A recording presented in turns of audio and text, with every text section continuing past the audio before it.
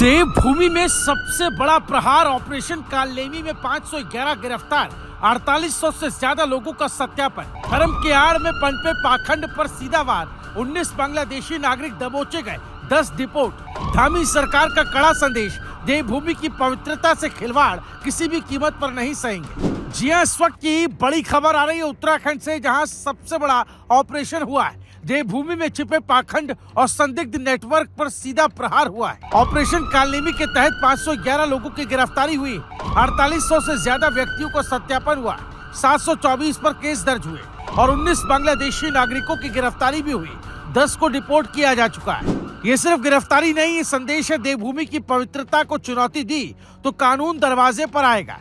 उत्तराखंड जहां मंदिरों की घंटियां सिर्फ धुन नहीं, एक चेतावनी भी है। यहाँ पहाड़ सिर्फ पत्थर नहीं, आस्था की नींव है। और जहाँ हर नदी सिर्फ पानी नहीं, एक संस्कृति है। लेकिन इसी देवभूमि में कुछ लोग साधु संत की पोशाक ओढ़कर धर्म की आड़ में अपराध का खेल खेल रहे थे।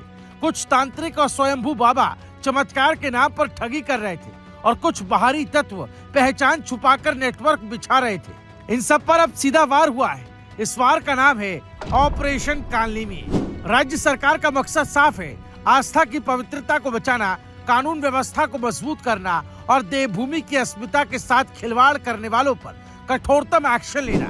मुख्यमंत्री पुष्कर सिंह धामी के शब्दों में, उत्तराखंड एक राज्य नहीं, करोड़ों लोगों की आस्था का केंद्र है। इसे तोड़ने की कोशिश करने वालों को छोड़ा नहीं जाएगा। बात करें हरिद्वार की तो यहाँ पर हाई अलर्ट जोन है। 3091 व्यक्तियों का सत्यापन किया गया, 715 पर केस दर्ज हुआ, 305 गिरफ्तार हुए।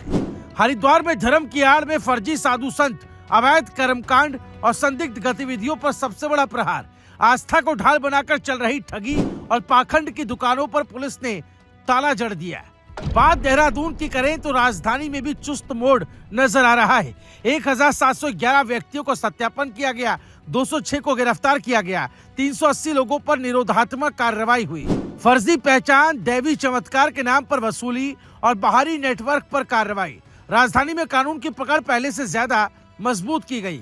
बात करें उधम सिंह नगर की तो 220 संदिग्ध चिन्हित किए गए, गंभीर मामलों में केस दर्ज हुआ।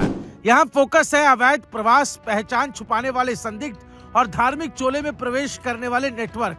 ऑपरेशन कालनेमी का सबसे अहम हिस्सा विदेशी नेटवर्क पर बड़ा वार, 19 बांग्लादेशी नागरिक गिरफ्तार, 10 को तत्काल डिपोर्ट किया गया। बाकियों पर कानूनी प्रक्रिया और आगे के लिंक खंगाले जा रहे हैं। इस कार्रवाई से ये साफ हो गया कि उत्तराखंड में अवैध रूप से रहने, फर्जी पहचान पत्र बनाने और धार्मिक गतिविधियों की आड़ में नेटवर्क खड़ा करने वालों पर सरकार की नजर पहले से ज्यादा सख्त है। सीएम धामी ने अधिकारियों को साफ निर्देश दिए कि किसी भी स्तर पर ढिलाई बर्दाश्त नहीं। संदिग्ध आश्रमों पर नियमित निगरानी, फर्जी बाबा, तांत्रिक और अवैध संस्थाओं पर सीधी कार्रवाई, अवैध धर्मांतरण, छद्म साधु संत और आस्था के दुरुपयोग पर सख्ती। देवभूमि को बाजार बनाने वालों के दिल लद गए। धर्म को ढाल बनाकर धोखाधड़ी अब नहीं, फर्जी चमत्कार बेचकर लोगों को डराना अब नहीं, आस्था की चोट में अवैध रहना अब नहीं। ऑपरेशन कालनेमी में प्रहार सिर्फ गिरफ्तारियों पर नहीं, मानसिकता पर है। ये संदेश है कि देवभूमि में साधु की पोशाक पहनकर ठगी नहीं चलेगी, धर्म की भाषा बोलकर धोखा नहीं चलेगा और अध्यात्म कहकर अवैध नेटवर्क नहीं पनपेगा। ये शुरुआत है, अंत नहीं। 511 गिरफ्तार हुए हैं, लेकिन नजर में उन पर भी है जो अब भी परछाइयों में छिपे। इस ऑपरेशन में एक बात साफ है, उत्तराखंड बदल चुका है, सरकार का रुख बदल चुका है और अब देवभूमि की पवित्रता के साथ समझौते की कोई गुंजाइश नहीं बची। क्योंकि ये सिर्फ एक राज्य नहीं, एक आस्था है, एक पहचान, एक विरासत। और इस विरासत को बचाने के लिए ऑपरेशन कालनेमी जारी रहेगा। Bureau report, रायशुमारी।